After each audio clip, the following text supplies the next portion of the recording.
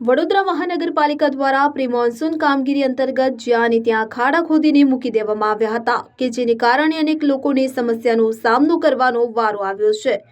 વડોદરા શહેરમાં ન્યૂ બાપોદ ગામ સંતરામનગર પાસે પાલિકા દ્વારા પાણીની લાઇન માટે ખોદેલા ખાડાનું પુરાણ કરવામાં આવ્યું ન હતું, ત્યારે ગત રાત્રિના વરસતા વરસાદને કારણે વડોદરા શહેર અને જિલ્લામાં ભારે તારાજી સર્જાઈ હતી અને અનેક વિસ્તારોમાં જળબંબાકારની પરિસ્થિતિ જોવા મળી હતી। વડોદરા શહેરના ન્યૂ બાપોદ ગામ સંતરામનગર પાસે પાણીની લાઇનનું કામ પાલિકા દ્વારા કરવામાં આવી રહ્યું હતું। ખાડા તો ખોદી નાખ્યા, પરંતુ કામ અધૂરું હોવાથી ત્યાં આસપાસ કોઈ સાઇનબોર્ડ કે બેરિકેડિંગ પાલિકા દ્વારા કરવામાં આવ્યું ન હતું, જેને કારણે ગત રાત્રિથી વરસતા વરસાદને કારણે પાણીની લાઇન માટે ખોદેલા ખાડામાં વરસાદી પાણી ભરાઈ ગયા હતા।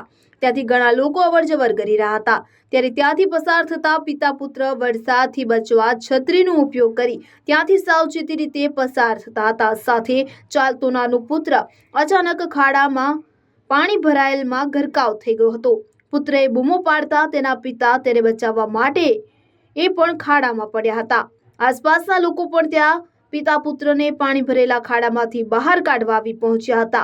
તેઓ પણ ખાડામાં ખાબક્યા હતા, જો કે સદનસીબે કોઈ જાનહાનિ થવા પામી ન હતી અને સ્થાનિકોની મદદથી તમામને હેમખેમ બહાર કાઢવામાં આવ્યા હતા।